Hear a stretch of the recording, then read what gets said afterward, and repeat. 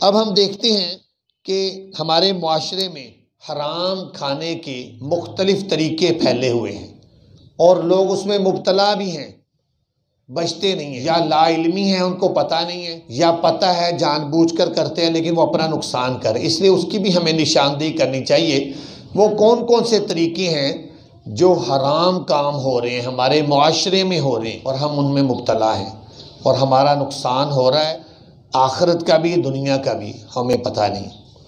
ان میں سے پہلی چیز، تجارت میں سود لینا سود دینا، تجارت کرتے ہوئے سود کا لین دین، یہ سمجھ لیں کہ جو آدمی سود کا لین دین کرتا ہے تو اس کی حرام آمدنی، حرام کمائی جاری۔ اور سود اس کو کہتے ہیں ایک ہی جنس کی چیز دے کر زیادہ لینا۔ ایک ہی جنس کی، مثلا آپ نے گندم دی ہے کسی کو 1 من، آپ اس سے واپس 50 کلو لیتے ہیں، 10 کلو جو زائد، یہ سود آ گیا۔ ایک ہی جنس کی چیز ہے۔ چاول ہے، کسی نے کسی کو 50 کلو دیے، واپس 60 کلو لیتا ہے۔ اب چاول دیے، چاول ہی لیے تو یہ سود ہو جائے گا۔ ایک ہی جنس کی چیز ہے، لیکن اگر جنس بدل جائے، مثلا ایک آدمی چاول دیتا ہے 50 کلو، گندم لیتا ہے 60 کلو، یہ سود نہیں ہوتا، جنس تبدیل ہو جاتی ہے۔ تو تجارت کے اندر سود کا لین دین جو ہے، یہ پہلی ہمارے معاشرے کی برائی ہے کہ جس کی وجہ سے ہماری کمائی میں، ہمارے رزق میں حرام شامل ہو جاتا ہے اور وہ ہمیں حرام اندر جا رہا ہے۔ کئی لوگ ہیں وہ قرض دیتے ہیں سود پر، اور یہاں پر ایک لٹن روڈ پر ایک آدمی وہ رکشے والوں کو دیتا ہے سود۔ تو ایک تو حرام کام ہے سود کا لین دین، دوسرا کہتا ہے اتنی بڑی عبادت اور کون سی ہوگی کہ میں لوگوں کو قرضہ دے رہا ہوں۔ حالانکہ سود والے کو اللہ تعالیٰ نے اعلان جنگ کیا ہے، فَاذَنُوا بِحَرْبٍ مِّنَ اللَّهِ وَرَسُولِهِ، اللہ اور اس کے رسول سے جنگ کے لیے تیار ہو جاؤ جو لوگ سود کھاتے ہیں۔ اللہ سے کون جنگ کر سکتا ہے؟ اللہ نے کہا ہے کہ تیار ہو جاؤ، سود کھانے والوں جنگ کے لیے تیار ہو جاؤ۔ حالانکہ اس سے پہلے آیات آئی ہیں، وَأَحَلَّ اللَّهُ الْبَيْعَ وَحَرَّمَ الرِّبَا، اللہ نے بیع کو یعنی تجارت کو حلال کیا ہے، سود کو حرام کیا ہے، سود کو حرام کیا ہے۔ تو پھر بھی کوئی سود سے نہیں بچتا تو پھر سمجھ لیں کہ وہ اللہ سے اعلان جنگ کرنے جا رہا ہے، تو اس کا کسی بھی جگ میں بھلا نہیں ہوگا، وہ برباد ہوگا۔ دوسری چیز، رشوت لینا، کہ رشوت لے کر کام کرنا، یہ ایک ہمارے معاشرے کے اندر ہے کہ رشوت لی اور کام کیا، تو یہ بھی ہمارے آمدنی کو ناپاک کر دیتا ہے، ہماری غذا کو حرام کر دے گا۔ اور یہ مختلف محکموں میں بھی ہو رہی ہے، جیسے گیس کے محکمے میں یہ پیسے لگائیں، پیسے دیں جی، ہم کام جلدی کر دیتے ہیں، حالانکہ ان کی ڈیوٹی ہے، انہوں نے کرنا ہوتا ہے، لیکن پیسے لے کر، اب یہ رشوت۔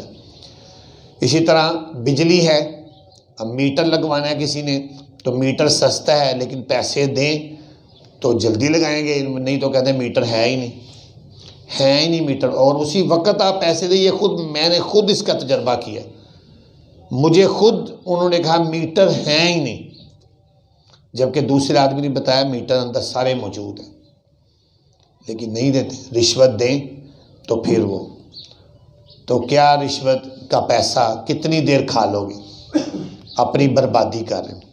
اسی طرح کم تولنا بھی ہماری غذا کے اندر، ہماری خوراک میں، آمدنی میں حرام شامل کرتے ہیں، اور یہ بہت زیادہ ہو چکا ہے۔ اس ایک قوم پر باقاعدہ عذاب ہی اس لیے آیا تھا، وہ کم تولتے تھے، کم تولتے تھے۔ ہمارے یہاں پر کنڈے ملتے ہیں، یہ الیکٹرانک، یہ جو لوگ خریدتے ہیں وہ لینے جاتے ہیں شالمی سے، وہ کہتے ہیں کہ جب کنڈا خریدتے ہیں ہم، جو خود ایک آدمی نے بتایا، کہتا ہے کہ دکاندار نے کہا کہ کتنا فرق ڈالنا ہے بتا دیں، کتنا فرق ڈالنا ہے، مطلب فرق یہ ہوگا کہ کنڈے پر آ رہا ہوگا 1000 گرام تو ہوگا 800 گرام، 200 گرام کم۔ اب روزانہ کتنے کسٹمر کو آپ نے 200 گرام کم دیا؟ یہ کم تولنا، یہ ہماری غذا کو، کھانے کو حرام کرتا ہے۔ اسی طرح بجلی چوری کرنا، کئی لوگ بجلی چوری کرتے ہیں، ڈائریکٹ تاریں لگاتے ہیں. اب ظاہر ہے جب بجلی چوری کر رہا ہے تو اس میں اس بجلی سے وہ پانی کی موٹر بھی چلاتا ہے، پانی بھی حاصل کرتا ہے.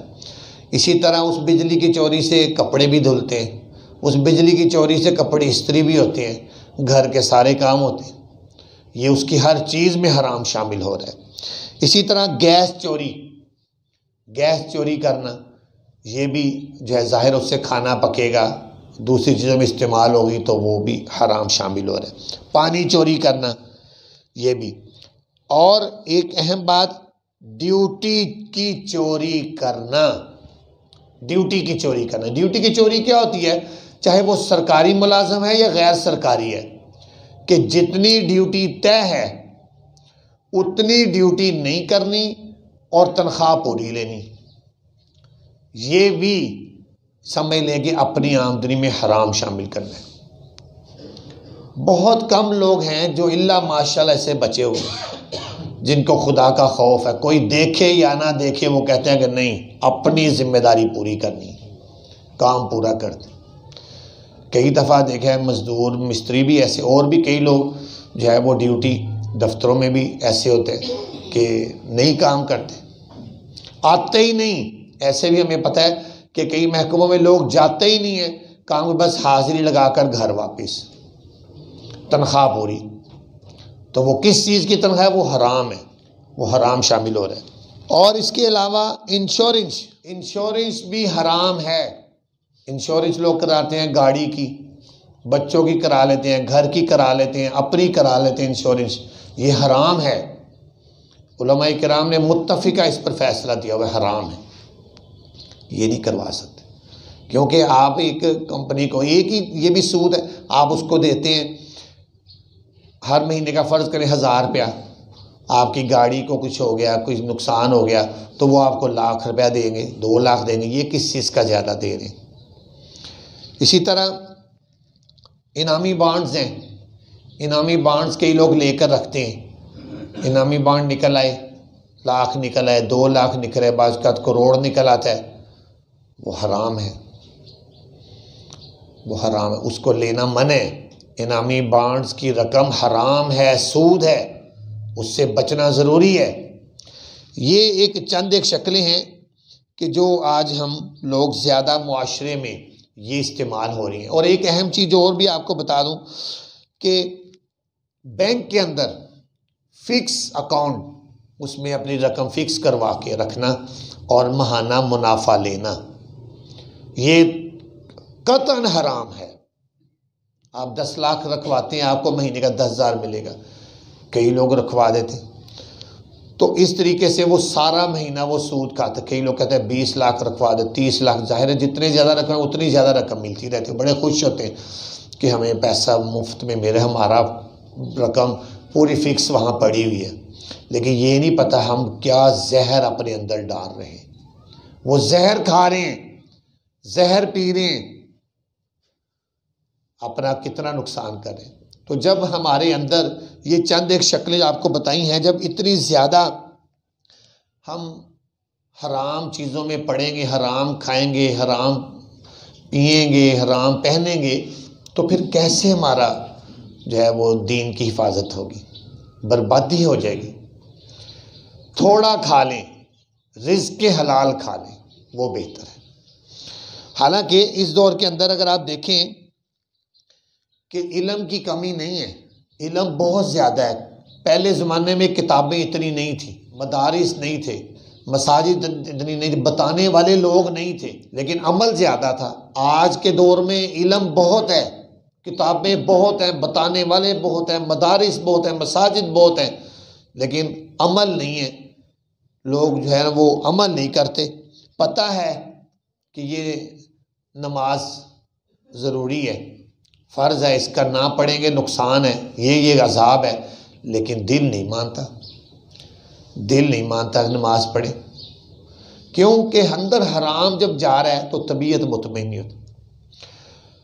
اور اگر کوئی کر رہا ہے تو وہ آپ کو پہلے بتا دیا کہ اگر کوئی نماز وغیرہ پڑھ رہا ہے، نوافل فرائض اس کے قبول نہیں، اس کی قبولیت نہیں ہے. ایک بڑی نبی پاک صلی اللہ علیہ وسلم کی حدیث مبارک ہے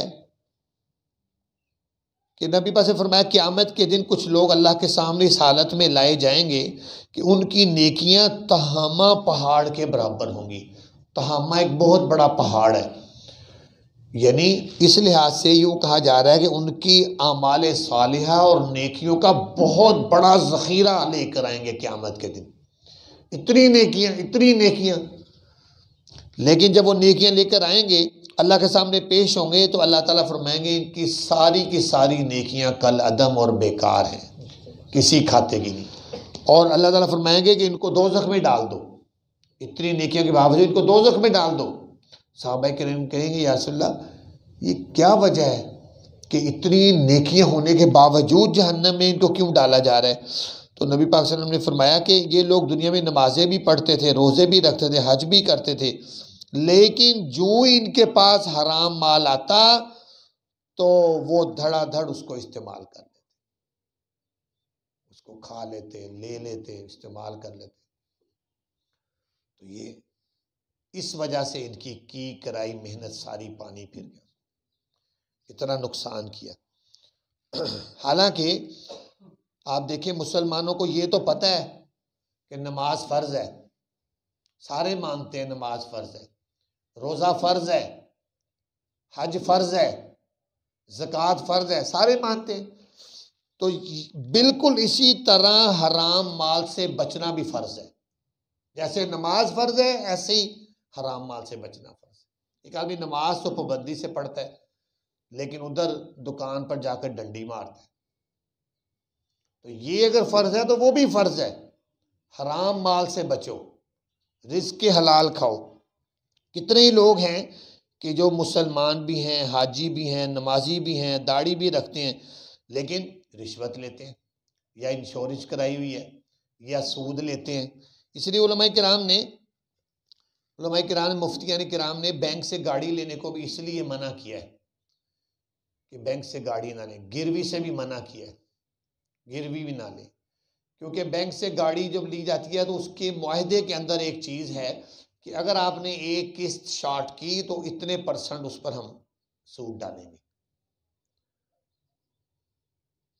تو وہ پھر گناہ گار ہوتا ہے آدمی۔ منع کیا گیا بینک سے گاڑی نہ لیں۔